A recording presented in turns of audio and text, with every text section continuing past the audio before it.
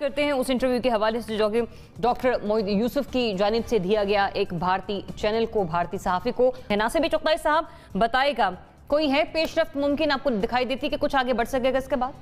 मैं समझता हूँ कि भारत ने तो पहली बात तो मैं एक बात को तस्लीम ही नहीं करता कि भारत ने कोई मुज़ाकरात की दावत दी होगी।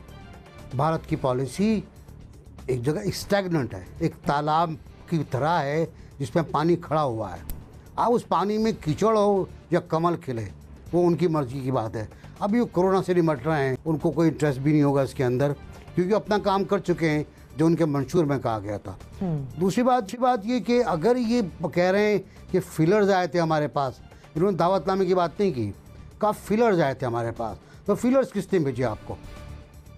मेरी आखिरी इत्तला है कि 26 अक्टूबर 2018 में यूएसए और यूएनओ ने कहा था कि भाई बातचीत करो। उसके बाद भी बात हुई कि बातचीत करो, लेकिन बातचीत भी बात नहीं हुई।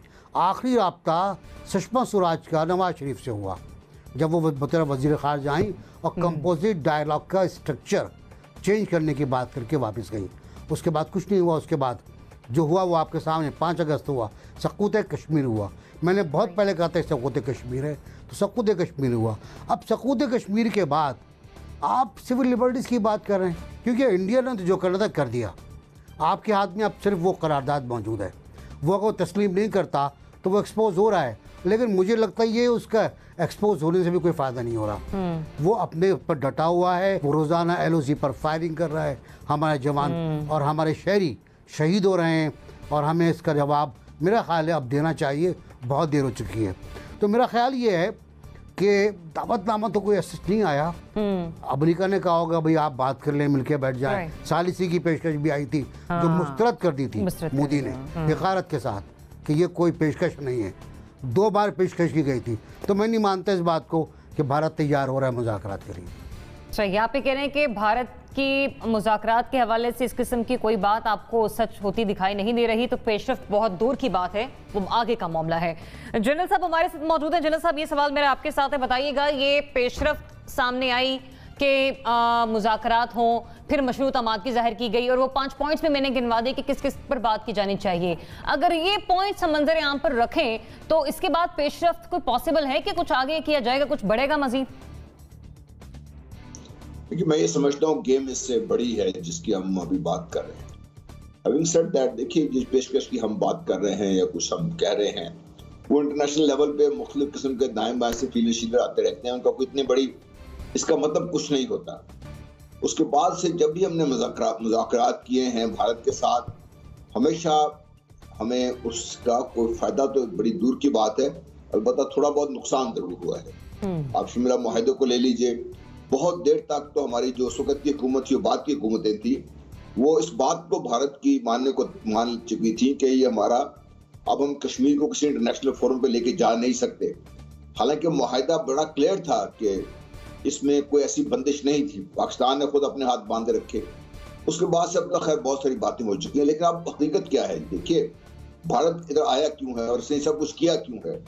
और जो मोदी साहब ने बड़े जोर शोर से ऐलान किया था कि जो हमने अपने इंतखाबी वादे किए थे वो तकमील तक पहुंच रहे हैं, और जिसमें 370 का खात्मा था, 35A का खात्मा था, NRC का मसला था, बाबरी मस्जिद का बात थी सारी। हम जब तक ये नहीं समझेंगे कि ये सारी गेम जो है ये एक्चुअली पाकिस्तान को, अल्लाह मेरी जुबान जल्दी बात करते हुए, लेकिन तकलीफ बड़ी होती बात कहते हुए कि सॉरी 71 पाकिस्तान को 2 लाख किया गया। ये दूसरा बड़ा कदम है पाकिस्तान को आगे से खुदा न खास्ता नुकसान पहुंचाने का, क्योंकि भारत ने यहाँ रुकना नहीं है। जो इत्तलात आ रही हैं, जिस तरीके से भारत आगे बढ़ रहा है, जिस तरीके से उसको बैकिंग मिली हुई है, इंडिया की बैकिंग, इंडिया को टोटली बैक कर रहा है बरतानिया, फ्रांस, अमेरिका, मगरबी दुनिया सारे बैक कर रहे हैं। और ये सब कुछ 5 अगस्त को नहीं होना था अगर उसको बैकिंग ना होती इस चीज की। अब जो कुछ भी हो रहा है ये गेम बड़ी है।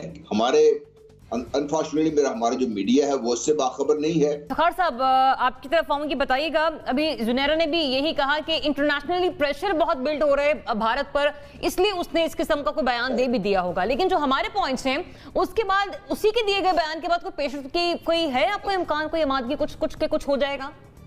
जुरैब, अगर हमारे हक में दुनिया भर में कोई प्रेशर बिल्ड होता है तो हमें चाहिए ना कि आपके टेलीविजन को रोज हमें बताया करे, आपका रेडियो बताया करे, आपके प्राइम मिनिस्टर बताया करें, आपके वजीर खारजा बताया करें, फ्लोर ऑफ द हाउस पे बताया करें दुनिया के किस किस मुल्क में आपके हक में प्रेशर बिल्ड हो रहा है। मुझे तो आपके हक में कोई ऐसा प्रेशर बिल्ड होता हुआ नजर नहीं आ रहा। काफी अरसे से अपने को खुश करने के लिए हम ये कह देते हैं जी फलाने रिसाले में ये छप गया और फलानी किताब में छप गया। रिसालों और किताबों में छपने से कोई प्रेशर नहीं sir, you are misquoting it, you are misunderstanding me.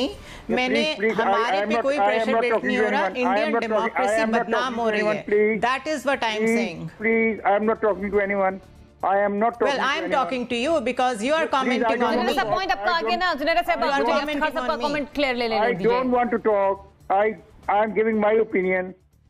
I don't want to talk to you either. I have no.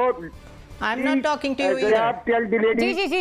जी फ़खार साहब, जुनैरा साहब कोऑपरेट कीजिए प्लीज। आप अपना पॉइंट दे चुकी। अब उनका My name is Zunaira. I'm not a lady. You may be Zunaira, you may be a lady. I'm not interrupting you. Junaira साहिबा, आप भी मेरे लिए काबिल एहतराम है। फ़खार साहब, आप भी मेरे लिए मोहतरम है। You better learn how to talk to a lady. Junaira साहिबा कोऑपरेट कीजिए, मैंने आपको सुन लिया। फ़खार साहब please. No, please tell your guest how to talk to a lady. ये है कि अखबारों में छपने वाली चीजें या चंद प्लांटेड रिसालों में छपने वाली चीजें या चंद डाइजेस्टों में छपने वाली चीजों से मेरे मुल्क को कोई फायदा नहीं है। मुझे ये इंटरेस्ट नहीं कि मेरे किस साथी ने, किस दोस्त ने, किस एनजीओ के किस रिसाले ने क्या लिखा है। मुझे ये देखना है कि दुनिया के जो ममालिक है उनके वजीर खारजा और फ्लोर ऑफ द हाउस जो है यूनाइटेड नेशन को, उसमें क्या कहते हैं। 370 जिस दिन आया, दुनिया के किस मुल्क ने प्रोटेस्ट किया, मुझे वो मुल्क बताया जाए। और अगर जैसे जाहिल आदमी को नहीं पता तो मेरे पढ़े लिखे जो वजीर खारजा है वो बताएं, मेरा पढ़ा लिखा प्राइम मिनिस्टर मुझे बताए, मेरा पढ़ा लिखा वजारत खारजा के मुलाजमीन मुझे बताएं कि 370 की मुखालफत किसने कब कहाँ की है। जमील साहब, कहाँ है हमारी सफारतकारी, हमारी खारजा पॉलिसी कहाँ स्टैंड कर रही है? सिर्फ एक इंटरव्यू, उसमें दे दिया बयान, ये 5 पॉइंट्स, इनफ इज इनफ।